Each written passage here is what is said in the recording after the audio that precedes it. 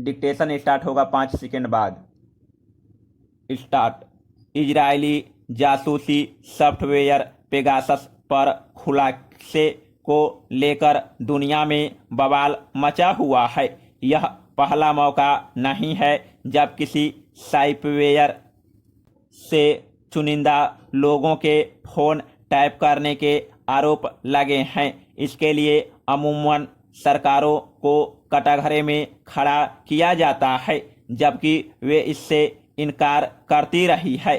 दिक्कत यह है कि इन आरोप प्रत्यारोपों में सच कभी सामने नहीं आ पाता। फिर भारत ही नहीं, दुनिया भर में लोगों की याददाश्त इतनी छोटी होती है कि ऐसे खुलासों पर वे 2-3 दिनों तक तो हंगामा करते हैं और फिर सब कुछ भूलकर अपनी अपनी राह पर बढ़ जाते हैं। ऐसा इसलिए होता है क्योंकि अंतर्राष्ट्रीय स्तर पर पॉलिसी वैक्यूम की स्थिति है। वैश्विक स्तर पर ऐसा कोई साइबर कानून है ही नहीं जो देशों को बाध्य कर रख सके कि वे इस तरह की गतिविधियां न करें या ऐसी हरकत को अंजाम देने वालों को कानून के सामने खड़ा कर सके। नतीजन ऐसे खुलासे बेजा चले जाते हैं। ऐसी घटनाएं सचेत करती हैं कि तीव्र इंटरनेट के इस युग में कोई भी खुद को पूरी तरह सुरक्षित न समझे। अभी जिस पेगासस सॉफ्टवेयर से दुनिया भर के हारों लोगों की जासूसी की गई है, वह महज एक मिस्ड कॉल से मोबाइल में डाला जा सकता है।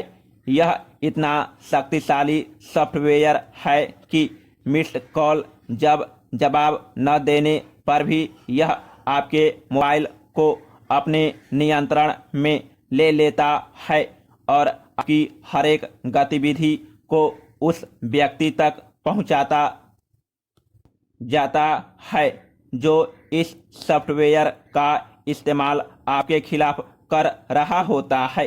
Paragraph change. समस्या यह है कि ज़्यादातर लोगों को यह पता ही नहीं कि कब फोन उनका दुश्मन बन गया।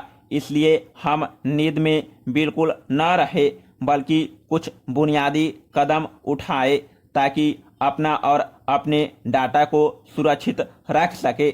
सबसे पहले हमें साइबर सुरक्षा का महत्व समझना होगा और इसे जीवन जीने की एक शैली के रूप में अपनाना होगा। यह सोच गलत है कि सरकार साइबर सुरक्षा सुनिश्चित करेगी। यह सरकार की ही नहीं, हर एक व्यक्ति की निजी जिम्मेदारी है। अपनी डिजिटल गतिविधियों को लेकर जितने सतर्क और जागरूक हम खुद होंगे, उतना ही ज़्यादा हम सुरक्षित रह सकेंगे। Paragraph change. दूसरी बात, सावधानी और सतर्कता को रोजमर्रा की जिंदगी का हिस्सा बनाए। इंटरनेट सेवा देने वाली कंपनी से यह कतई अपेक्षा न रखें कि वह आपके डाटा का संरक्षण करेगी। यह इसलिए भी जरूरी है क्योंकि कई लोकप्रिय सोशल मीडिया ऐप के सर्वर भारत में नहीं है। इतना ही नहीं, अपने इलेक्ट्रॉनिक उपकरणों, मोबाइल, कंप्यूटर आदि की हर 2-3 दिनों में जांच करें। उसमें अगर ऐसी कोई फाइल या ऐप दिखे जो आपने डाउनलोड नहीं किए हैं तो उसे तत्काल हटा दे। जिस ऐप को इस्तेमाल किए 15-20 दिन हो जाए उसे भी डिलीट कर दे क्योंकि ऐसे ऐप से भी डाटा चुराए जा सकते हैं। Paragraph change. तीसरी बात, हम में से अधिकांश लोग इंटरनेट पर जो कुछ भी देखते सुनते हैं उन पर बहुत आसानी से विश्वास कर लेते हैं। इस विश्वास को अविश्वास में बदलने का वक्त आ गया है। हर एक जानकारी को तब तक शक की नज़र से देखें जब तक आप खुद उसकी सच्चाई को लेकर संतुष्ट न हो जाए। इतना ही नहीं, नीड टू नो जानने की जरूरत के आधार पर अपनी जानकारी साझा न करें, यानी उसे ही अपने बारे में बताएं जिन्हें आप जानते हैं।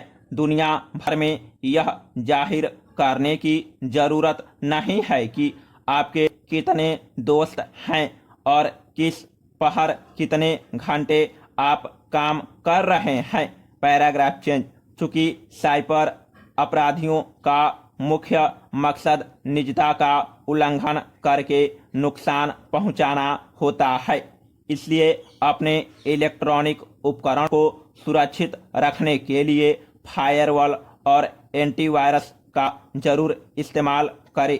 फायरवॉल का मकसद उपकरण के अंदर सुरक्षा की ऐसी दीवार बनाना है जिसे यदि कोई भेदने की कोशिश करता है तो यह न सिर्फ उसको रोकता है बल्कि इसकी सूचना भी तत्काल दे देता है।